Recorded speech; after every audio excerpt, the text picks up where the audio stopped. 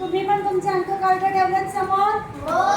जो मी अंक कार्ड दाखवेन तो तुम्ही पण मला दाखवायचं. हा कोणता अंक आहे बरं? हा कोणता अंक आहे? सगळ्यांकडे आहे? आता मी दुसरा अंक कार्ड घेते. किती आहे? कोणता अंक आहे? सगळ्यांना दिसतंय? मग आता मला सांगा ही संख्या कोणती तयार झाली बरं? कोणती संख्या तयार झाली? 23. कोणती संख्या झाली? 23. मग या संख्यांमध्ये दशक स्थानी आणि एकक स्थानी. आता इथे एकक स्थानी कोणती संख्या आहे बरं माहिती आहे? कोणती आहे? आणि दशक स्थानी 32 दाखवते मला. कोणता आहे? हे दोन अंक मिळून कोणती संख्या तयार झाली? 23. हे आपण कशात लिहिले बरं? कशात लिहिले? ही आपण अंकात लिहिले, आपण अक्षरात सुद्धा लिहूया.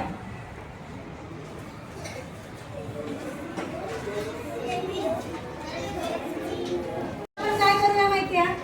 हा दोनाचं स्थान तिनामध्ये घेऊया, म्हणजे आपण यांची जागा बदलूया.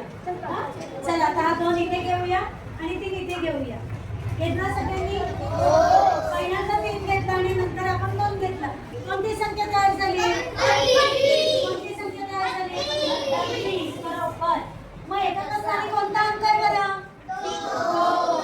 एकक स्थानी म्हणजे डावीकडे कोणता अंक आहे? 2. डावीकडे कोणता अंक आहे? 2. आणि उजवीकडे 3. मिळून कोणती संख्या झाली? 32.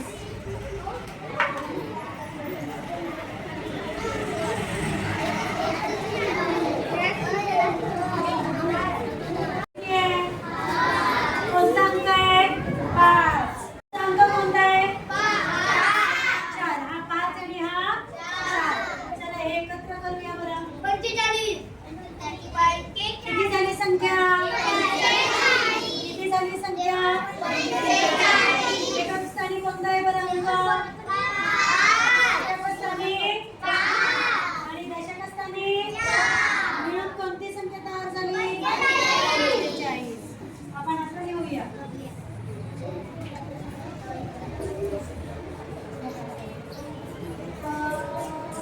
इथे ते बघायचंय. 45 45. हा ही संख्या लक्षात आली? आता आपण यांची जागा बदल करूया. ठीक आहे? 4च्या ठिकाणी 5 आणि 5च्या ठिकाणी 4. चला अदला बदल केली. आता सांगा कोणती संख्या तयार झाली? कोणती झाली? 54. मग दशक स्थानी सांगा. दशक स्थानी कोणती आहे बरं? दशक स्थानी व्हेरी गुड. आणि एकक स्थानी 4. दशक आणि एकक कळलं. आता ही संख्या